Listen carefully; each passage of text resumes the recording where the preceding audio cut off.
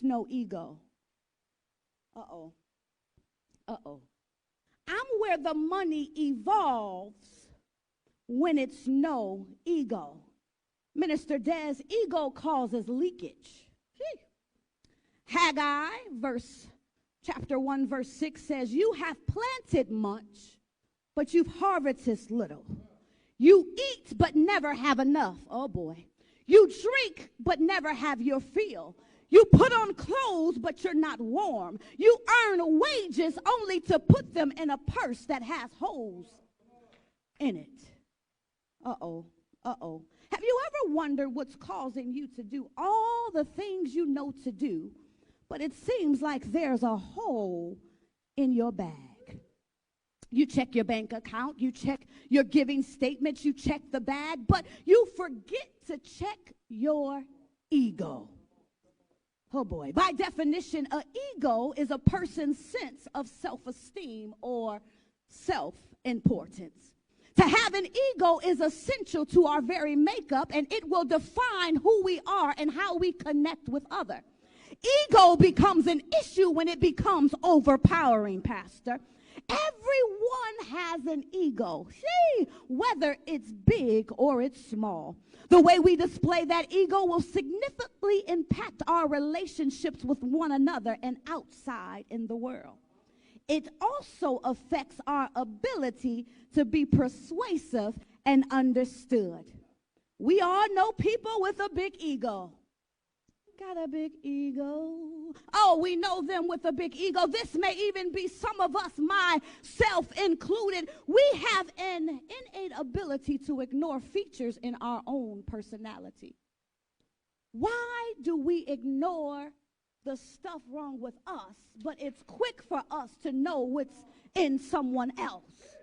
That's not what I'm preaching about. I'll continue to go on. When we interact with someone with a big ego, some of their certain qualities about that person becomes apparent. Nobody likes to be spoken down to. Uh-oh, uh-oh. When a person with a big ego speaks, they immediately evoke an emotion of distrust and maybe even disdain. We begin to become frustrated because this person will tend to command the discussion, thereby stagnating the free flow of someone else's ideas. Ouch and amen. Eventually, the discussion becomes a unilateral flow of ideas, which in all likelihood results in the listener becoming both emotionally and intellectually removed from the discussion. Yikes. The result of this is a failure to adequately communicate. I double dog dare you type in the comments, Lord, help my ego. Minister Des, to leave our ego at the door, we must first have the introspection to look at ourselves. Once we have a better understanding of ourselves, we will be better to understand what needs to be left at the door. With the ultimate goal of having others determine our self-importance rather than ourselves. This is the part that made me say, oh boy, the ego can stunt the evolving process of continuous flow of wealth because a huge ego can cause us to go backwards. Uh-oh. Backwardsness in the sense means continuous consumption of the bread of sorrow. Uh-oh. Uh-oh. Uh-oh. Uh-oh. Kaylee B told us yesterday on her live, we must stay focused and move forward. Moving forward, you eat the bread of life. To consume the bread of sorrow means you operate below divine schedule.